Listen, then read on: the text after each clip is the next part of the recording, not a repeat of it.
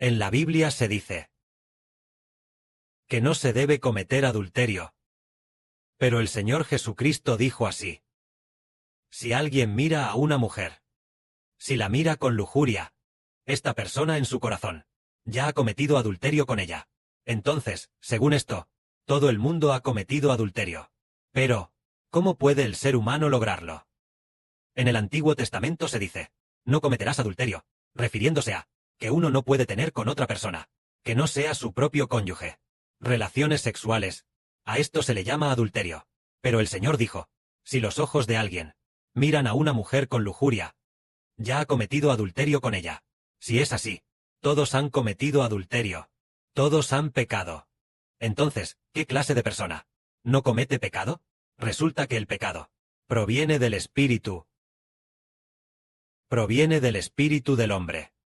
¿Qué clase de persona no comete pecado? A menos que su espíritu ya no sea gobernado por sí mismo, sino que su espíritu sea gobernado por el Señor Jesucristo. Declarar el bautismo, ser incorporado al nombre de Cristo, al nombre del Espíritu Santo, y al nombre de Dios. Que Dios, el Señor y el Espíritu Santo gobiernen nuestro espíritu. Entonces, nuestro espíritu no cometerá adulterio. De esta manera, nuestro espíritu ya no nos pertenece. Y Satanás no. Los pensamientos de pecado de Satanás no serán puestos dentro de nosotros, y así no pecaremos. Es decir, el adulterio ocurre entre personas. Cuando se comete un acto de pecado, cuando se realiza la acción, solo entonces se llama adulterio. Pero el Señor dijo: si ya lo ha pensado en su corazón, si ya ha mirado a una mujer hermosa en su corazón, y ha tenido deseos impuros, ya ha cometido adulterio. Entonces, ¿cómo se puede lograr que el corazón del hombre no piense en el pecado, que en el espíritu del hombre, en sus pensamientos, no se piense en el pecado? Es que el espíritu del hombre ya no le pertenece a sí mismo, sino que Dios y el Señor gobiernan nuestro espíritu. Es decir, cuando el espíritu del Padre entra en nosotros, y el espíritu del Señor Cristo también entra en nosotros, en nuestro espíritu, ya no habrá adulterio, ni volveremos a pensar en el pecado. Hace mucho tiempo, hace 4 o 5 años, hace 4 o 5 años, hace 5 o 6 años, el hermano Heber vio a una persona con discapacidad, que solo podía usar silla de ruedas, una persona discapacitada. Él siempre estaba sentado en la silla de ruedas, y luego, en un centro comercial, muy exclusivo. En aquel entonces en Guangzhou, había mucha gente transitando, hace 5 o 6 años, hace 7 u 8 años, y así, todos los días, se sentaba allí, mirando fijamente a las mujeres hermosas. El hermano Heber en ese momento le predicaba el Evangelio, y entonces él le dijo palabras obscenas al hermano Heber. Él estaba sentado allí, mirando constantemente a las mujeres hermosas, mirando fijamente a las hermosas mujeres una por una. Es porque, dentro de él, habita el pecado. Habita el pecado. El espíritu habita dentro.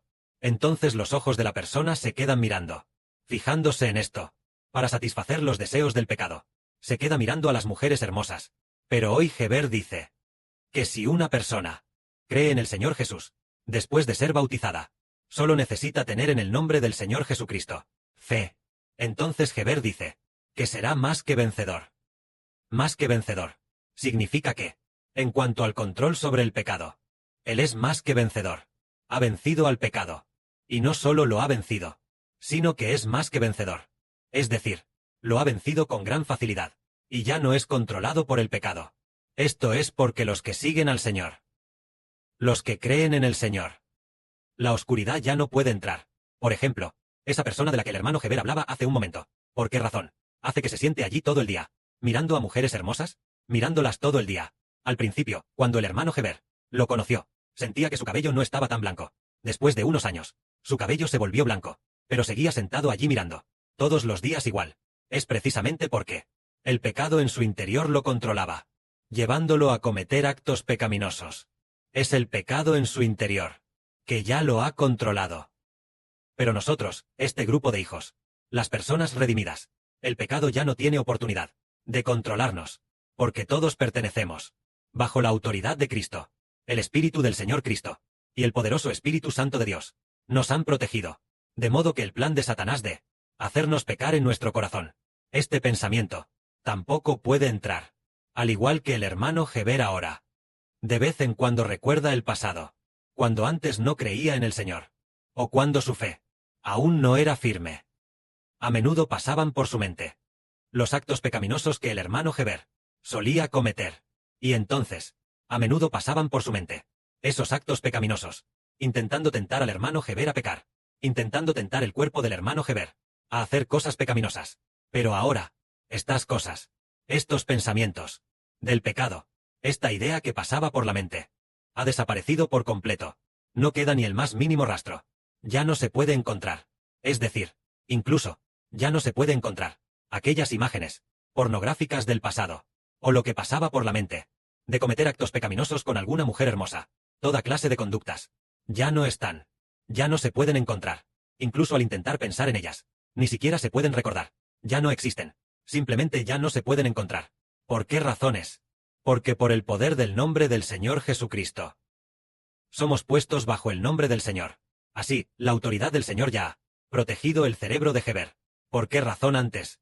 Aunque fue bautizado, de vez en cuando, todavía había pensamientos pecaminosos en su cerebro, apareciendo en su cerebro, o intentando tentarlo. Es porque Satanás quería atacar al hermano Heber. Satanás quería atacar, pero ahora no puede atacar, porque su fe en el Señor es firme. Para poder vencer al hermano Heber, tendría que vencer al Señor Cristo. Tendría que vencer al Padre Celestial, para entonces poder hacer que los pensamientos pecaminosos aparezcan en su cerebro. Pero ahora, ya no puede entrar. Porque el hermano Heber, bajo la autoridad de Dios y del Señor, ya está protegido. Es como si viviera dentro del tabernáculo de Dios, y Dios extendiera sus brazos para proteger al hermano Heber. Es Satanás quien quería traer más pecado, pero ya no puede atacar. Entonces, hermanos y hermanas, ¿no es lo mismo para nosotros? Es lo mismo. El hermano Heber cree firmemente que es lo mismo. Es decir, al escuchar la verdad del hermano Heber, y creer completamente, y al ponernos bajo el nombre del Señor, los deseos del pecado ya no pueden atacarnos. Los pensamientos pecaminosos tampoco pueden atacarnos ya, porque el que vive en nosotros, Dios y el Señor Cristo, tienen un gran poder, y protegen nuestro espíritu, para que Satanás no pueda entrar en nuestro espíritu. El espíritu pecaminoso de Satanás no puede entrar en nuestro espíritu. Por lo tanto, en nuestro espíritu no pensaremos en el pecado, ni ordenaremos al cuerpo pecar. Esto significa que, antes, en el corazón del hombre, al ver a una mujer hermosa, pensaba en su corazón pensamientos pecaminosos, y cometía adulterio. Ahora, nosotros, sus hijos, el pecado en nuestro corazón ya ha sido lavado, y nos hemos vuelto santos, convirtiéndonos en una nueva creación. Esto es lo que, nosotros, como hijos, después de conocer al Señor Cristo, se puede decir que somos más que vencedores. Más que vencedores. A continuación, el Señor enseña lo que se les dijo a los antiguos. También han oído que se dijo a los antiguos: no romperás tu juramento, sino que cumplirás tus juramentos al Señor. Pero el Señor nos enseña: no juren de ninguna manera, ni por el cielo, ni por la tierra, no juren por nada en absoluto. Porque nuestro hablar sea sí, y el no, no. ¿Qué significa eso? La gente de la antigüedad, al jurar, ¿qué significaba? Tal vez los hermanos y hermanas no lo entiendan del todo. No es necesariamente diferente de la Biblia. El Señor Cristo, y el juramento que hizo, por ejemplo, significa esto. Por ejemplo, hay un esposo que sospecha de su esposa con otro hombre. Ha tenido relaciones sexuales, ha cometido adulterio. Pero el esposo no tiene pruebas. Entonces, ¿qué se debe hacer? ¿Cómo saber si la esposa ha cometido adulterio? Pero el esposo sigue sospechando que la esposa ha pecado. Entonces, ¿qué se debe hacer? Llevar a la esposa al templo, y luego hacer que la esposa se presente ante el sacerdote y jure ante Dios diciendo: si no has tenido con otro hombre actos de pecado, entonces, ante Dios, jura. Entonces, esa mujer jura diciendo: lo juro ante Dios, no he tenido con otro hombre ningún acto de pecado, no he traicionado a mi esposo. Y al jurar ella así, el sacerdote dice: bien, ella ha jurado ante Dios. Entonces ella, habiendo jurado, se hace responsable de su propio juramento. Y entonces, pues, cuando el esposo escucha a su esposa jurar así, el esposo dice: bien, ella ha jurado ante Dios. Si ella no ha cometido adulterio, entonces Dios no la culpará.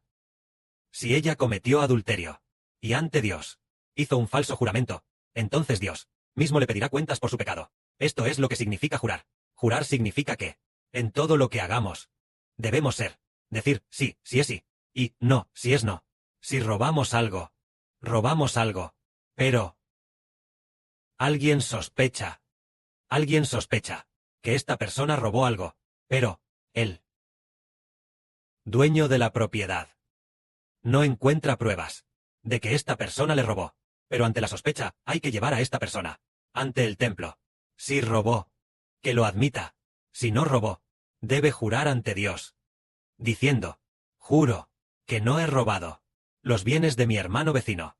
La pérdida de sus cosas no fue por mi robo, lo juro ante Dios. Así es como se jura. Pero si robó, entonces su juramento es falso, y Dios le pedirá cuentas. Pero si robó, y lo admite, Dios también perdonará su pecado. Solo que, debe pagar una compensación. A esto se le llama jurar. Por lo tanto, cuando juramos ante el Señor, ante el Padre Celestial, nosotros, si es sí, di sí, y si es no, di no. Entonces esto significa hacer un juramento, es decir, que cuando hablemos, debemos decir la verdad, y no usar el nombre de Dios para decir mentiras. No lo uses para decir: juro ante Dios que no he cometido adulterio con este hombre. Pero, si esa mujer ya ha cometido adulterio, y jura ante Dios, su esposo sospecha que esta mujer cometió adulterio. Así que, lleva a la mujer ante Dios. La lleva ante Dios. Si esta mujer jura diciendo: no he cometido adulterio, entonces Dios ve que esta mujer cometió adulterio, y esta mujer será castigada y disciplinada por Dios. Pero si el esposo sospecha que la esposa cometió adulterio, pero la esposa realmente no ha cometido adulterio, y la esposa ante Dios hace un juramento, Dios también la declarará inocente, y su esposo ya no culpará a su esposa. Esto es lo que en la antigüedad se llamaba hacer un juramento. Si es así, entonces entendemos que todo lo que decimos ante Dios y ante los hermanos y hermanas, por ejemplo, lo que el hermano Heber habla de la verdad, se habla ante Dios y el Señor.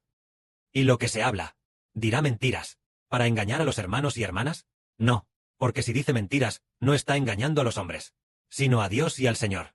Por lo tanto, todo lo que habla el hermano Heber es verdad. Si los hermanos y hermanas hacen algo malo, y los hermanos y hermanas, nadie lo ve, entonces uno mismo, si es que ha cometido un error, estando, ¿debería admitirlo? Debemos hacerlo ante Dios, al hablar. Debemos admitirlo. Así Dios no nos culpará, y Dios perdonará nuestros pecados. Pero, decir mentiras, y mentir. El Señor Cristo dijo que sí, al hablar, se le añade algo más, que es añadir mentiras. El Señor dijo que eso proviene del maligno. Esto significa que debemos ser honestos al hablar, y no mentir. Porque Satanás, y aquellos que pertenecen a Satanás, vienen ante Dios, y también hacen juramentos falsos, sabiendo claramente que hicieron el mal, pero lo ocultan. Entonces Dios se enfurecerá, y le pedirá cuentas. Pero, si ha hecho el mal, y viene a confesarlo ante Dios, entonces Dios perdonará su pecado, pero le pedirá cuentas por su ofensa. Pero perdonará su pecado, y le pedirá cuentas por la ofensa, lo que significa que el pecado que cometió recibirá cierta disciplina y castigo, o una restitución. Pero Dios perdonará su pecado, aunque debe pagar la restitución, o asumir cierta responsabilidad de disciplina. Pero Dios ya no le demandará este pecado, pero él debe asumir cierta responsabilidad. Eso de todas formas está bastante bien, pero de esta manera nos hace comprender que ante el Padre Celestial, al hablar ante el Señor, el sí sea sí, y el no sea no, porque ante Dios, para que nuestras palabras puedan sostenerse, si se trata de jurar, y es jurar por Dios, entonces sin duda, se debe decir la verdad, que la gloria sea para el Padre y el Señor. Amén.